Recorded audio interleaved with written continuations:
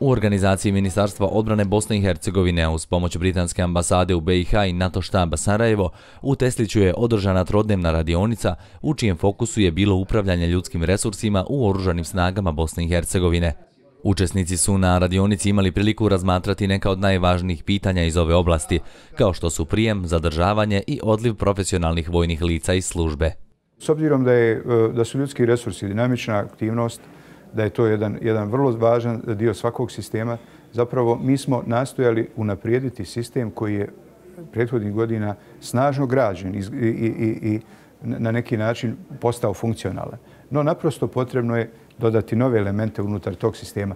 Tako da sa zadovoljstvom mogu konstatovati da su u prethodnim danima pripadnici sistema za upravljanje personalom debatirali vrlo važna pitanja unapređenja stanja ljudskih resursa u oružanim snagama Bosne i Hercegovine kako bi u narednoj dekadi oružane snage Bosne i Hercegovine zapravo osigurale svoju funkcionalnost. Ono što je važno u narednom periodu za sve izazove koje prati tržište rada i ono što praktično je vezano za zahtjeve Ministarstva odbrane i oružanih snaga da artikulišemo na pravi način kroz jačanje sistema prijema u službu, jačanje sistema upravljanja karijerom koji će na neki način osigurati adekvatan, kvalifikovan i najbolji personal za izvršenje zadataka Ministarstva i oružanih snaga Bosne i Hercegovine.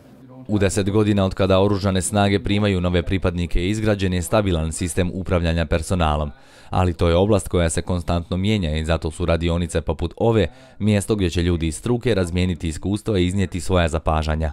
Today here in Teslić we have finished a very important workshop. The BIH, MOD and the Armed Forces of BIH have been conducting a strategic workshop addressing the long-term challenges connected to recruitment, retainment and outflow of personnel.